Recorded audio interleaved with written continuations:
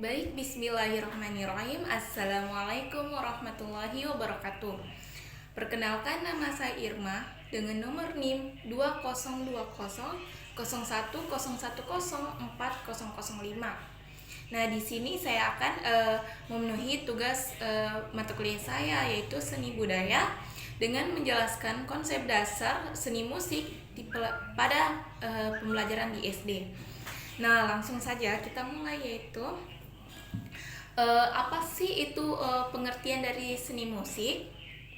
Nah, jadi seni musik ini adalah salah satu cabang seni yang menggunakan bunyi sebagai media, ditinjau dari sumber bunyinya, bahannya, dan cara memainkannya.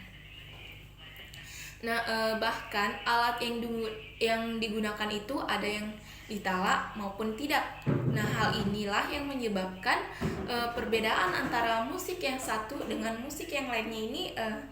Ada musik yang dibuat dengan mengeksplorasi sumber bunyi yang dihasilkan oleh organ tubuh manusia, yaitu seperti tepuk tangan, bersiul, suara mulut, dan sebagainya. Tetapi ada pula yang menggunakan alat-alat lainnya, itu seperti batu, bambu, kayu, logam, dan sebagainya. Nah, dan ada pula yang menggunakan alat-alat musik itu yang sengaja dibuat baik secara tradisional maupun menggunakan teknologi canggih, yaitu seperti gemelang, angklung, rebana, piano, gitar, biola, flute, saxophone, trompet, dan sebagainya. Nah, dengan banyaknya alat yang digunakan sebagai sumber bunyi, maka karya-karya musik yang dihasilkannya pun sangat beraneka ragam. Nah, baik dilihat dari alat-alat musik yang digunakan maupun komposisi musik yang dihasilkannya. Nah, itu tadi pengertian dari seni musik. Selanjutnya kita akan membahas fungsi setiap musik. Nah, fungsi setiap musik ini pasti memiliki fungsi yang berbeda antara yang satu dengan yang lainnya. Nah, fungsi tersebut itu sesuai dengan keinginan dari para pencipta atau masyarakat pemiliknya. Nah, dari sejumlah musik yang tersebar di daerah, dapat dilihat dari fungsinya dapat dikelompokkan menjadi beberapa bagian, yaitu yang pertama ada fungsi sebagai media ekspresi, dan yang kedua ada musik sebagai hiburan, yang ketiga ada musik sebagai media upacara, yang keempat ada musik sebagai media komersial, yang kelima ada musik sebagai media untuk mengiringi tarian. Nah, kita akan membahas yaitu yang pertama, musik sebagai media ekspresi, yaitu pemusik atau musikus ini menjadikan musik sebagai satu-satunya alat untuk mencerahkan berbagai ekspresi yang dimilikinya. Nah, karya-karya musik ini hasil curahan ekspresi para musikus tersebut. Nah, di sini ada yang berbentuk musik vokal, instrumental, dan ada pula yang merupakan campuran antara vokal dan instrumen. Yang kedua yaitu musik sebagai media hiburan. Nah, setiap orang memiliki selera berbeda-beda dalam memilih musiknya kan. Nah, sebagai hiburan ada yang suka dangdut, pop, jazz, dan ada pula yang suka dengan musik-musik tradisional seperti calung, angklung, kelenengan, dukung, seluang, dan sebagainya. Nah, ekspresi yang diberikan oleh setiap penonton ini dalam menyaksikan pertunjukannya pun berbeda-beda. Nah, ada yang menunjukkannya dengan cara berjoget, dan ada yang hanya menggerakkan gerakan telunjuk tangannya.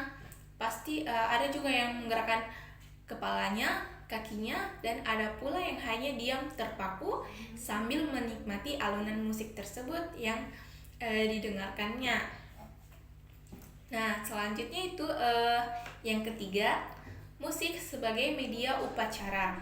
Nah, musik-musik ini yang berkembang di masyarakat selain memiliki fungsi untuk memberikan hiburan kepada masyarakat penggemarnya, ada pula musik-musik yang khusus diciptakan untuk kebutuhan upacara. Seperti yang biasanya itu dilakukan oleh masyarakat.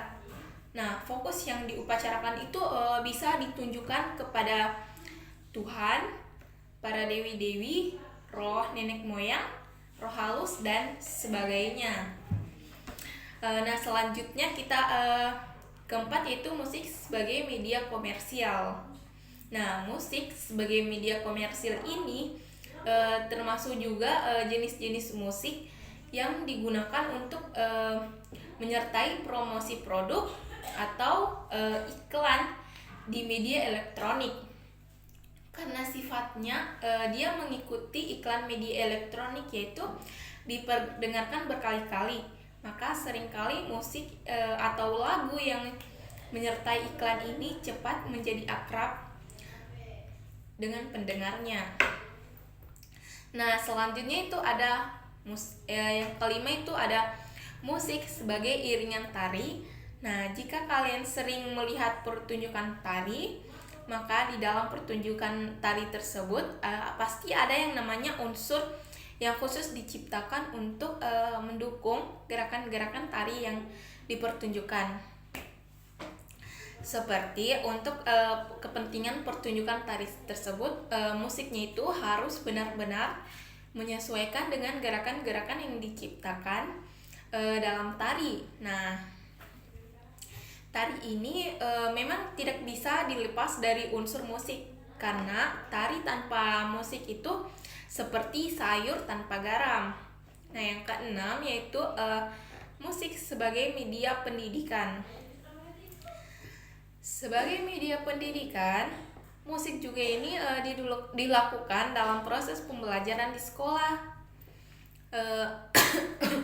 Misalnya, digunakan untuk menanamkan nilai-nilai kecintaan siswa terhadap tanah air melalui lagu-lagu perjuangan.